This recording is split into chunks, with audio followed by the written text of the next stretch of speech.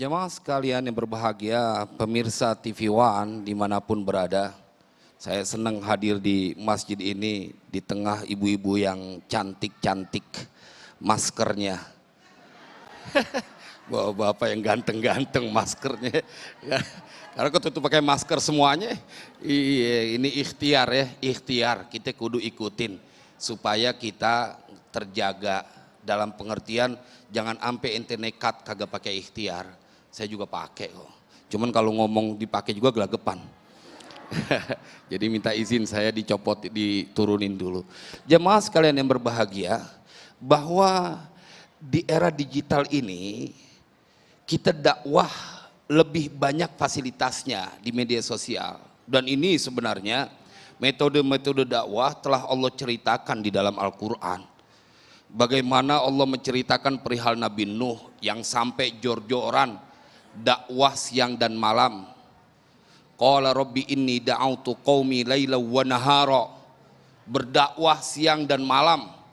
Full, nggak nambah kecuali cuman sedikit pada lari. Mereka pada lari. Allah ceritakan juga bagaimana perlakuan mereka saat Nabi Nuh berdakwah. Mereka tutup kupingnya, mereka tutup mukanya, dan mereka tetap menjadi orang yang sombong. Dan ini adalah tantangan dalam dunia dakwah. Makanya kemarin dakwah itu lebih enak. Lebih enak kalau kita ngelihat bagaimana di masa Rasulullah SAW. Ketika beliau mengutus Mu'adz bin Jabal ke Yaman. Itu kan dalam rangka supaya meluaskan wilayah dakwah. Karena belum ada media sosial zaman itu. Maka sesungguhnya mereka diuntungkan, cuman emang godaannya jadi lebih berat buat juru dakwah. Kenapa? Karena pada saat engkau berdakwah dengan lebih mudah, kadang-kadang dengan fasilitas yang ada mengharapkan yang berlebihan. Sehingga adalah orang, ya saya sih senang aja gitu ketika bagaimana ulama-ulama dahulu begitu sayang dengan ilmunya, kemudian mereka ngarang kitab kan supaya dakwahnya itu ilmunya sampai sekarang. Kalau ulama-ulama dulu tuh rada mereka bersih punya hati demi untuk bertambah amal kebaikan, kendati pun mereka sudah tiada, kitabnya sampai sekarang masih dikaji dan menjadi panduan. Belakangan orang ngarang buku pakai ada istilah hak cipta, karena bahkan kena denda. Padahal itu bayaran dari Allah udah kelewat banyak. Ada sebuah tantangan ketika sudah kemarin, belum lagi kemudian pundi-pundi dari pengajian online. Ini salah satu hikmah ya. Kayaknya cuma satu doang deh hikmah dari corona, jadi ada ngaji online. Selebihnya sih jadi muyengin semuanya. Jamaah sekalian yang berbahagia, ini akan menjadi sangat bermanfaat. Saya termasuk pelaku penggiat pengajian online, media sosial. Dan kemudian sasarannya itu menjadi lebih luas. Dia kapan saja bisa dilakukan, di pagi hari bisa dilakukan, di malam hari bisa dilakukan, dan menjangkau banyak orang. Bahkan mereka yang malas karena malu belajar, kan ada orang yang nggak datang ke majelis taklim gara-gara mereka malu. Ntar lagi pada ngomongin tumbenan nih datang ke majelis taklim. Kalau sekarang kan bisa, kalau sekarang cuma bisa ngelihat di media sosial, pinter dia. Cuma jamaah sekalian yang berbahagia, ada dampak negatifnya. Ketika engkau sudah disuguhkan dengan banyaknya pengajian dakwah secara online, engkau kemudian menjadi orang yang pilah-pilih.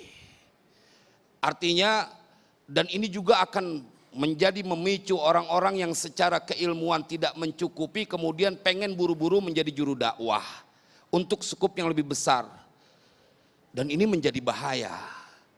Tetapi buat mereka yang ini dimanfaatkan buat belajar, manfaatnya luar biasa. Saya langsung, ini kisah nyata. Saya nggak nyangka bila kemudian setelah pengajian online ada tanya jawab. Yang bertanya, Ustadz bagaimana hukumnya? Kita junub, kemudian kita lupa mandi langsung sholat. Sangat itu hubungan badannya sangat dia lupakan sehingga buru-buru pengen sholat gitu. Lupa. Ada orang yang kemudian mereka bertanya, bagaimana hukumnya seorang istri yang dia punya pendapatan, kemudian istrinya ingin menafkahkan hartanya tanpa sepengetahuan suaminya. Hal-hal seperti itu akan mudah kita akses dari pengajian-pengajian dengan mengandalkan media sosial. Dan ini sebenarnya mengikuti dari perkembangan zaman. Saya sepakat dengan disampaikan oleh Mas Agung. Dulu orang mencari hadis, satu hadis saja kudu berbulan-bulan.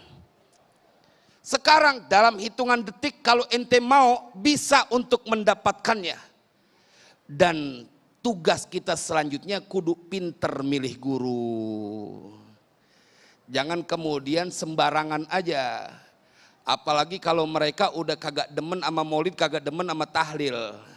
Suruh kembali kepada Al-Quran dan hadis. Emang semua orang bisa langsung memahami Al-Quran dan hadis? Kudu ada gurunya, kudu ada yang ngajarinnya. Apalagi kalau ilmu Al-Quran dia kudu berhadapan. Karena dia kudu ngeliat mulut gurunya.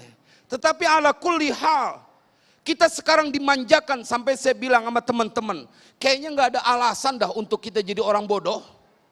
Karena semua sudah disiapkan.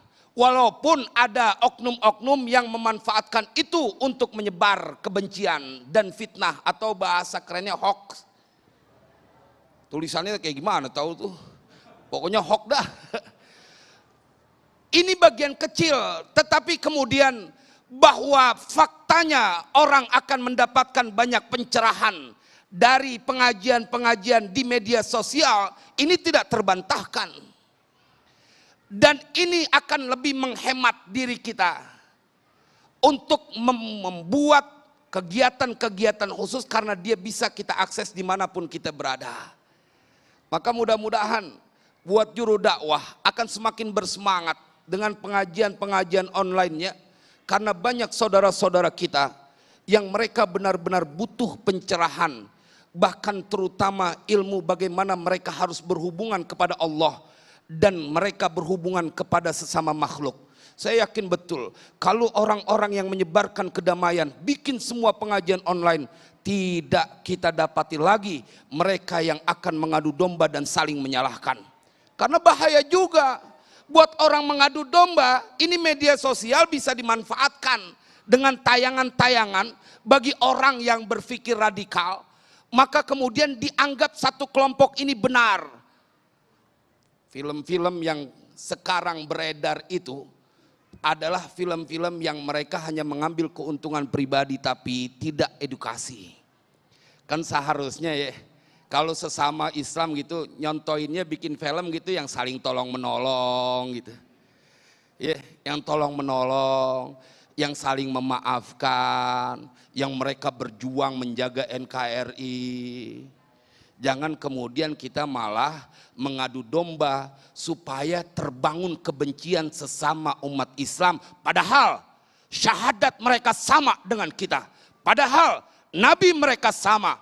Lalu mengapa kau tularkan kebencian yang kau miliki kepada orang banyak di media sosial? Mudah-mudahan manfaat.